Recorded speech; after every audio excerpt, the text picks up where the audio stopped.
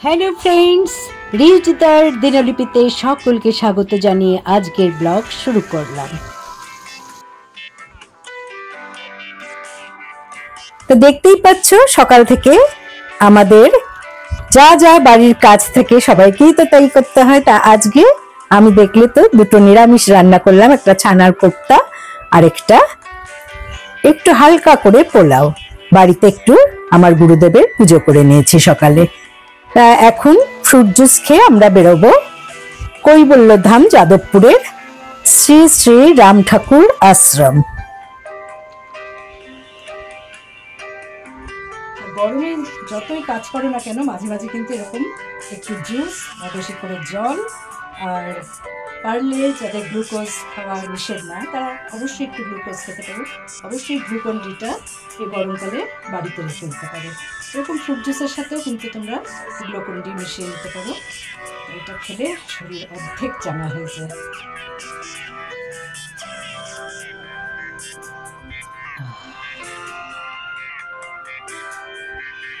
আমরা এখন যাচ্ছি রাম ঠাকুরের আশ্রমে যাদবপুরে। আজকে আমাদের গুরুদেবের জন্মতিথি, তাই এই মাত্র বাড়ির থেকে বেরোলাম। ওখানে পুজো দেখে তারপরে আমরা বাড়ি ফিরে আসব। আর বাড়ি ফিরে দুপুরে রেস্ট নিয়ে সন্ধেবেলায় আমার দেওরের বাড়িতে পুজোর অনুষ্ঠান।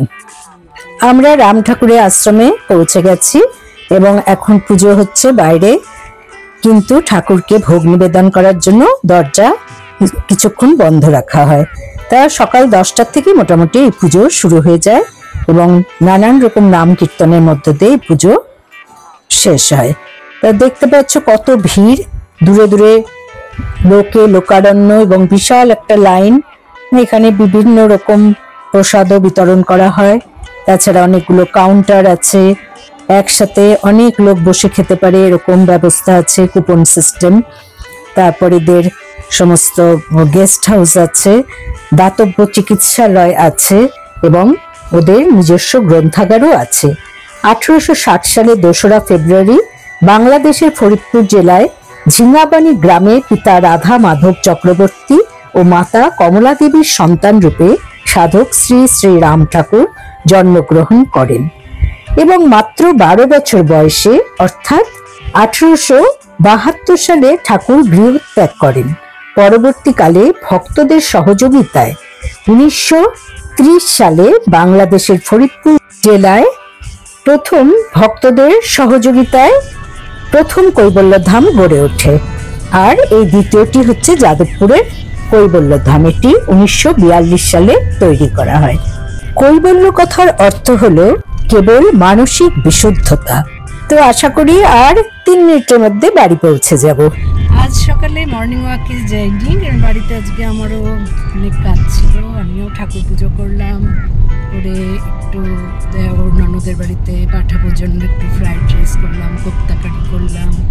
আর সন্ধেবেলা যাব দেওরের বাড়িতে, কারণ দেওর আজকে এই আশ্রমেরই কিছু জনকে দিয়ে বড় করে উৎসব করবে। তাছাড়া আগেই বলেছিলাম যে ওর মেয়েরা এসেছে, ওরা সবাই বাইরে থাকে, তা বাচ্চাও এসেছে। হ্যালো ফ্রেন্ডস, রিজিতার দিনলিপি থেকে আমি রুবি। আমার আজকের ব্লগ দেওরের বাড়িতে আজকে গুরুদেবের পুজো, সেই পুজো উপলক্ষে আমরা এখন যাচ্ছি। ওখানে গেলে দেখতে পারবে আমার ছোট্ট একটা পুচকি সোনাকে। ওরা এসছে সাউথ কোরিয়া থেকে, এর আগের দিনই বলেছিলাম, যার জন্য আমি ছোট্ট ছোট্ট জামাগুলো কিনেছিলাম মিষ্টি মিষ্টি। ওর সাথে আবার দেখা হবে, আজকে তোমাদেরও দেখা করিয়ে দেবো। এই স্টার্ট দিলাম পুজোর জন্য, সমস্ত ফুল মিষ্টি সমস্ত কিনলাম। আমাদের বাড়ির থেকে দেওরের বাড়ি গাড়িতে হার্ডলি 7 থেকে 8 মিনিট। তা যাই হোক, এখন আমরা পৌঁছে গেছি। এই ঢুকছি ওদের রাস্তা দিয়ে, কিছুটা পায়ে হেঁটে যেতে হয়। পাশে সুন্দর একটা মন্দির, তার পাশে একটা সুন্দর বাঁধানো পুকুর, একদম মেন রাস্তার ধারে ওদের বাড়ি। তা এই গেট খুলে আমরা ঢুকলাম এবং লিফটেই 3 তলার উপর উঠতে হবে। এখান থেকে মোটামুটি কীর্তনের আওয়াজ পাচ্ছি, তা খুবই ভালো লাগছে। আজকে সারাদিনই মোটামুটি আমাদের গুরুদেবের নাম কীর্তন শুনতে শুনতেই আমার দিনটা কেটে যাচ্ছে। তো যাই হোক, এই আমরা লিফট থেকে নামলাম এবং নেমেই দেখো কি হচ্ছে।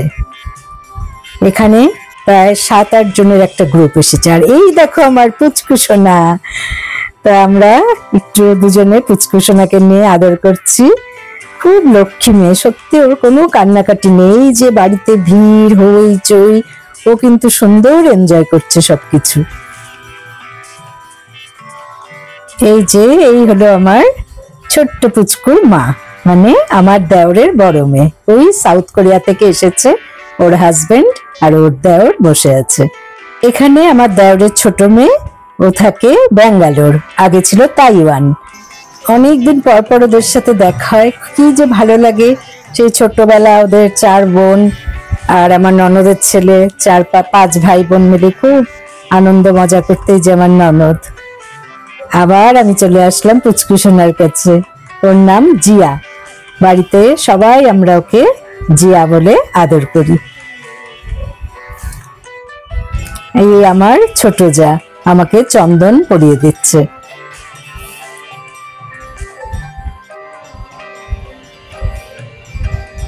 আমি ঘুরে ঘুরে তোমাদের সবকিছু একটু একটু করে দেখাচ্ছি।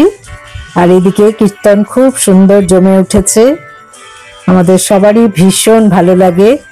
আমরা সবাই যেহেতু রাম ঠাকুরের দীক্ষিত, সেই জন্য আমরা প্রত্যেক পূর্ণিমায় শিরনিতে পুজো দিয়ে থাকি।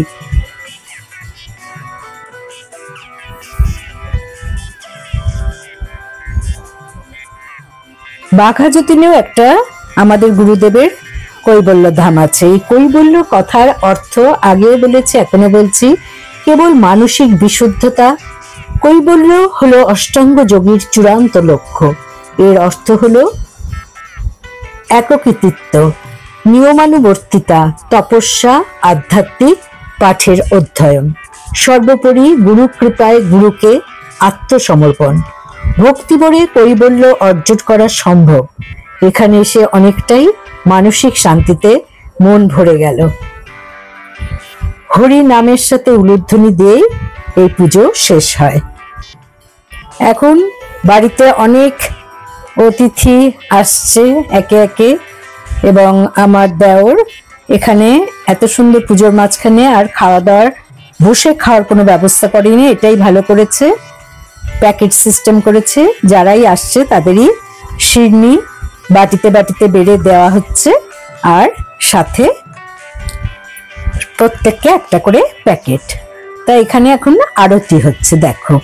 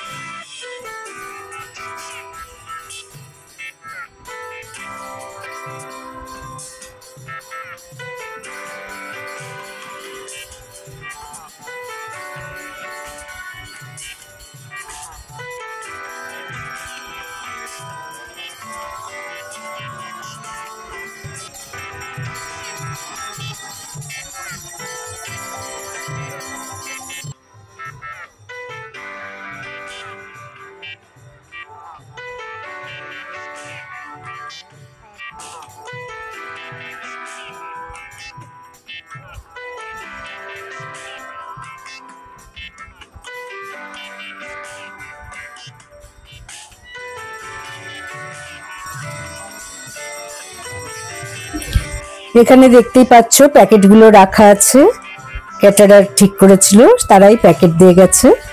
বাড়িতে গিয়ে দেখবো প্যাকেটে কি কি আছে। আমিও উলুধ্বনি দিচ্ছি, দেখো এখানে সবাই ভক্তি ভরে পুজো দেখছে, এত ভালো লাগছে। বাড়ির পরিবেশটা পুরো যেন একটা মন্দিরের মতো হয়ে গেছে।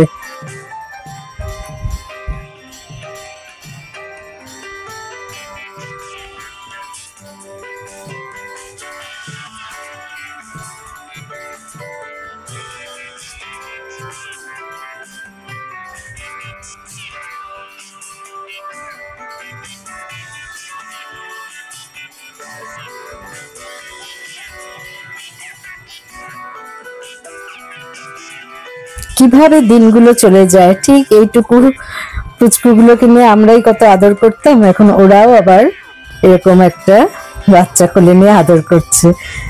খুব ভাবতে অবাক লাগে যে বছরগুলো কিভাবে চলে যায়।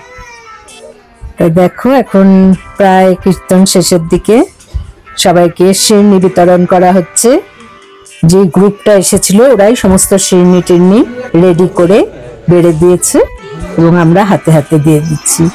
এবার পুচকুর জেঠু পুচকুর সাথে খেলা করছে আর ও খুব এক্সাইটেড, খুব ভালোবাসছে, খুব হাসি খুশি, এত সুন্দর হাসে, দারুণ ভালো লাগছে। তো যাই হোক, আমাদের এখন পুজো শেষ, প্যাকেট হাতে নিয়ে চললাম আমরা বাড়ির দিকে। দারুণ কাটলো আজকে সন্ধ্যাবেলা, এখন আমরা বাড়ি যাচ্ছি, কীর্তন শেষ, খুব সুন্দর কাটলো। তো এইখানেও মনে হয় একটা আশেপাশে কোথাও অনুষ্ঠান হচ্ছে। যাওয়ার সময় দেখলাম টুনি বাল্ব দিয়ে খুব সুন্দর সাজানো অ্যানাউন্স হচ্ছে।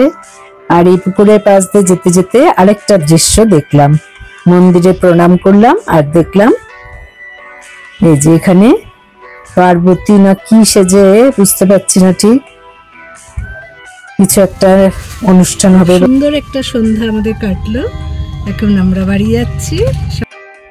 এইমাত্র আমরা আমার দেওরের বাড়ি থেকে ফিরলাম, তাও প্যাকেট সিস্টেম করেছে, কারণ বাড়িতে এত লোক, ওখানে বসে খাবে না, এত জায়গা জুড়ে সুন্দর করে কীর্তনটা হলো, পুজো হলো আমাদের গুরুদেবের, যে ওখানে আবার খাওয়ার অ্যারেঞ্জমেন্ট না করে ও সবার জন্য প্যাকেট সিস্টেম করেছে, এটাই ভালো হয়েছে।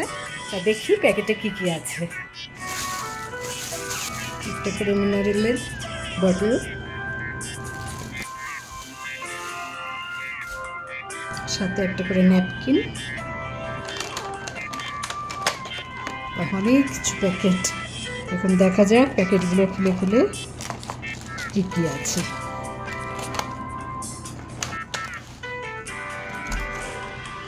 এখানে আছে পোলাও,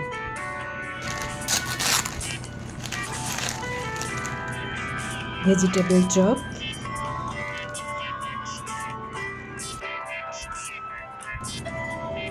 ধোকার ডালনা, বড় বড় সাইজের পনির, মিষ্টি, দুরকম মিষ্টি। এটাই মনে হচ্ছে আমাদের দুজনের খাওয়া হয়েছিল। তো আশা করি বন্ধুরা আজকের ব্লগ তোমাদের ভালো লেগেছে। ভালো লাগলে অবশ্যই আমার চ্যানেলে লাইক করো, কমেন্ট করো, শেয়ার করো। নতুন বন্ধুদের সাবস্ক্রাইব করার অনুরোধ রইল। পাশে বেল বাটনে অবশ্যই ক্লিক করতে ভুলো না, তাতে যখনই কোনো নতুন দিনের আপডেট দেব তার নোটিফিকেশন তোমরা সহজেই পেয়ে যাবে। Thanks for watching, by.